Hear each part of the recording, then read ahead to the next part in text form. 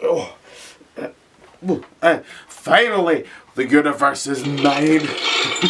Now, what will I do in Avengers Endgame? Precisely 10 things in Avengers Endgame. What shall it be?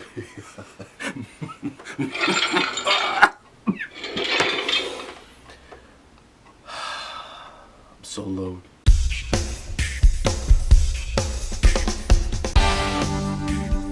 At number 10, Pepper as Rescue. Now, it feels like a foregone conclusion that Pepper is indeed going to become Rescue, simply because obviously Gwyneth Paltrow herself kind of spoiled the fact that she is wearing a CGI suit, which is also insinuating that she will be Rescue.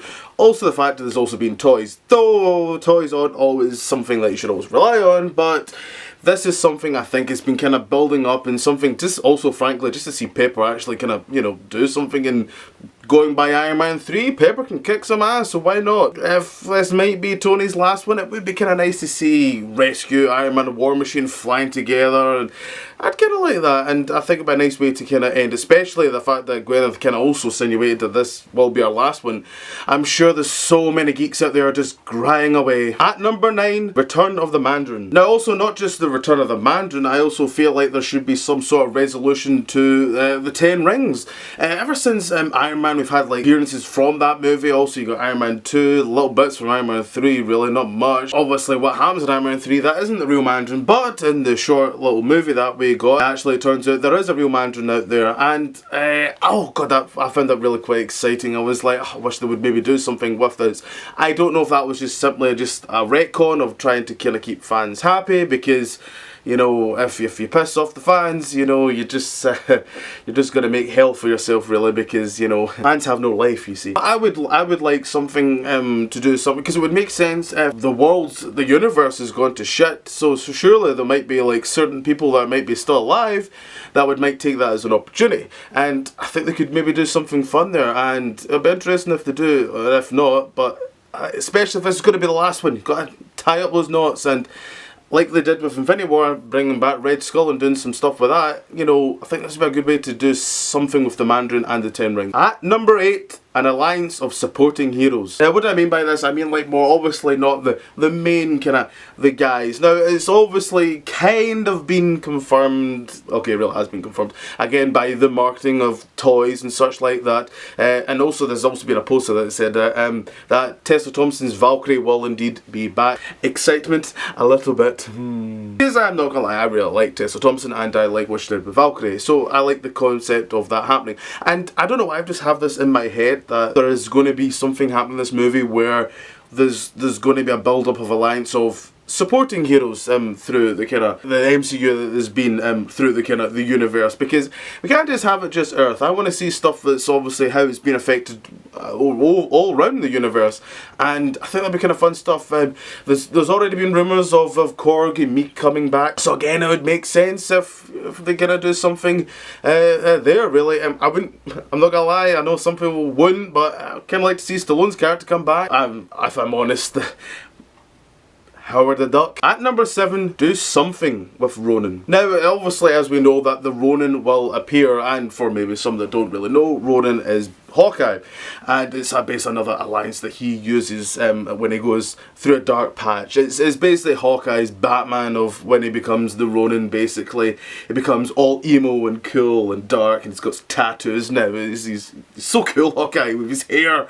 But now, yes, the Ronin, I have always quite liked the character in the comics, and for some people they actually kind of prefer when he was actually Bright Ronin, because, well, he's kind of got a little bit more character, I guess. But I just hope they do something with Ronin. It's not just a gimmick. I hope it's something a little bit more than just, oh, he looks cool with a sword and he's fighting the Yakuza and all that. And I hope there's something a little bit more than just that. I hope it's not just literally just a sequence. And because a part of me kind of thinks to myself, if they do this right, I don't like. I feel like they should have maybe done a movie, because the whole like Hawkeye going to Japan and fighting the Yakuza, as I said, stuff like that.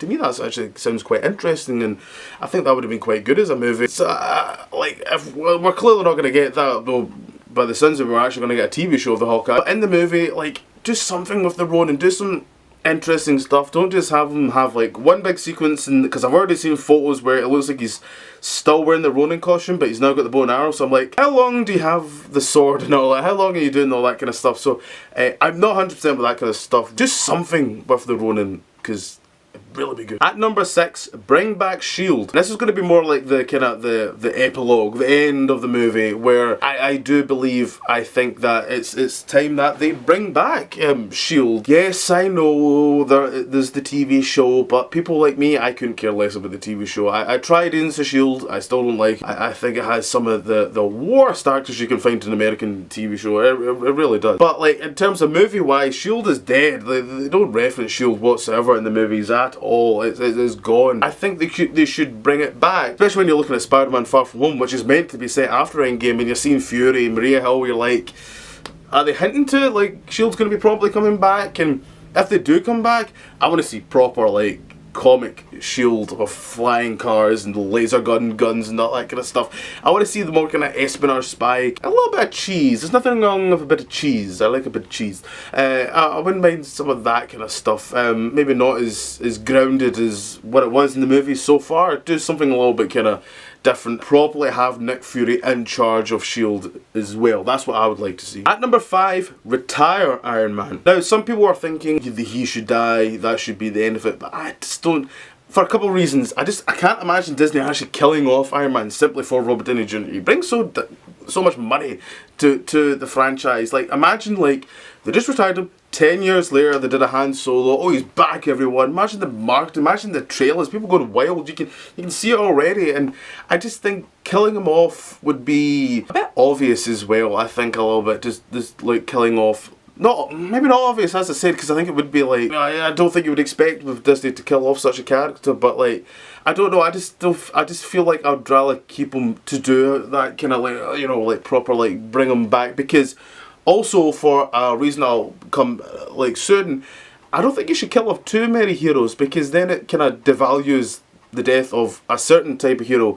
A good example was a little bit of Harry Potter in that last movie, where they're killing off so many supporting characters and you're like, right, who's actually dead here, and why have I not seen any other deaths that actually happen? You know, sometimes it's like maybe just the one or two actually. It's the kind of sad truth really, because once you do them more, they just become fodder, and you're just like, I don't know who's dead, I don't know, why should I care, you know? So yeah, I think they should just retire Iron Man. At number 4, death of Cap and Thor. For Endgame, along with Cap, I feel that Thor, I feel like it's time for Thor to go. I feel like the story has now kind of wrapped up. It just feels like really since Ragnarok that they very much are wrapping up this his arc really, because when you look at it, you know, going to Valhalla in their view isn't a bad thing. That is very much the next step. I think for Thor, like going out in a really kind of battle-ish kind of way would actually be quite satisfying to his character and frankly us as a viewer, because you know that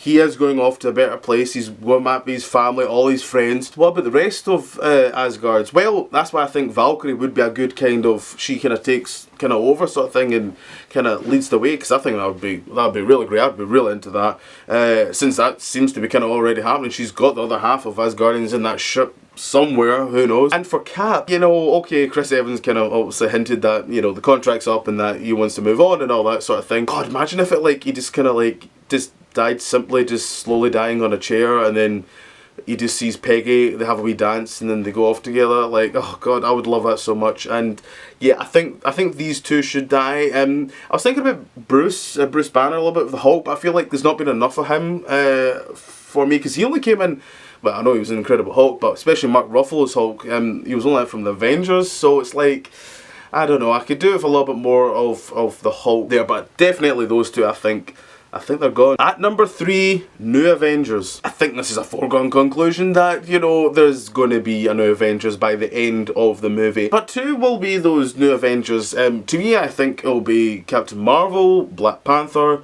Doctor Strange, Ant-Man, Wasp, Falcon, Winter Soldier, or the White Wolf, sorry I should call him now. I think that'll be kind of like the main kind of players, with the possibility of Spider-Man and Scarlet Witch maybe kind of. I can't picture Spider-Man being a main character simply because he's still owned by Sony, so I think there's going to be a bit of kind of kind of going on there. But that'd be a really great team, and if anything, that'd be almost a more kind of powerful team than really what the original ones was. And it's a better mix as well. And I think it'd be good along the line, because they're doing Shang-Chi as well, like bring him involved and all that. I think it'd be great. I know a lot of folk seem to be moaning that they're forcing the diversity, but the fact that Black Panther and Captain Marvel both made over $1 billion in the first movie, while Iron Man, Thor, Cap, Doctor Strange, Ant-Man, Guardians of the Galaxy in their first movie never made that money, so clearly people are hungry for diversity, and quite right so, and I don't see a problem with that, and I'm fully up for that. And I think, you know, a quick side note, I went to Disneyland and seeing posters and seeing, you know, Captain Marvel and Black Panther up there with the big ones, I'm like, yeah, that's kind of great to see, to be honest. It's good having that. So yes, I think a new Avengers is obviously, I think it's an obvious thing that's going to happen at the end of the movie to insinuate the next 10 years of my life to this franchise. At number 2, Deadpool in the MCU. Now I'm going to talk about after credit scenes now. I'm going to talk about the first one right now, and I think the second one will be my number 1, right? Basically, I think the first after credit scene should be basically, obviously I don't know what's going to happen in this movie. I don't know how it's going to end, but just say something happens, there's a portal that comes from the skies, and it's actually from another dimension. What flies down? It's Deadpool. And Deadpool, because of maybe the reverse of the snap or something that's happened, he's came from the Fox dimension and now has landed in that MCU, and it's only because it's apparently already been confirmed that Ryan Reynolds is coming back as Deadpool, and I'm okay with that. I'm perfectly fine. I don't think anyone's going to be wrong with that. I don't want anything else. I'm fine with Deadpool. Everyone else, no. I don't. Not even Josh Brolin as Cable. I wasn't really big on him, if I'm honest. Just bring back Ryan Reynolds as Deadpool. Like, he came through and he can't get back, and now he's stuck in the MCU and all that. I think that would be a really neat way, and surely they could easily do that quite quickly. I mean, they've got the Deadpool costume. Ryan Reynolds, he's all good, you know. It'd be a quick couple of seconds. I can't imagine why that would be quite a hard one to do, surely. I think that would be good, and I'm actually going to do a video kind of hopefully soon about how I think there should be an R-rated MCU franchise going on, basically, while this one's, the normal MCU is going on, so hopefully I want to do that soon. But yes, I think Deadpool in MCU is the first credit scene. That would, folk will go well for that one. And me. At number 1, Galactus is coming. Now, after Thanos, you have to think to yourself, surely Marvel's a bit like, who's next? You got to have the kind of big threat, you know, and who's going to be better than that, than Galactus? That's to be real. That's really the next step, surely. I did think like maybe like Doctor Doom or Apocalypse as well was quite a good shot. You need to go someone even bigger than that, surely, is like the next 3 phases, because, you know, phase 1, phase 2, 3 was really the, you know, as they're calling it, the Infinity Saga. So the next one, the Galactus Saga, I'm guessing you can maybe call it, I guess, the next 3 phases that they're going to do.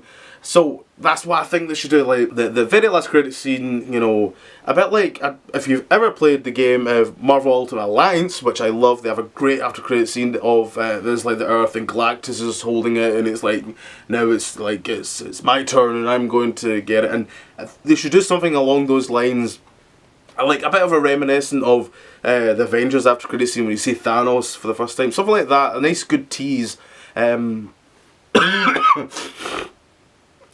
I really like that. I think that would be a good way to kind of end Endgame and start and get you excited, because you know they're going to do it. You know that Marvel, and especially Kevin Feige and Disney, are like, you know, this is the end, but we need to give folk a reason to keep those butts sitting in that cinema for the next, you know, years to come. So it would make sense, and I'm that fat, pathetic geek that'll be sitting there going, yeah, I want the next one, I want the next one, yeah. So that's my list of top 10 things, it's the top 10 lists I've done here of 10 things that should happen in Avengers Endgame. I'd like to know what you guys think, and what else am I? Okay. Oh yes. It would mean a lot if you could comment, like, and subscribe. Yes, that's the one. Thank you.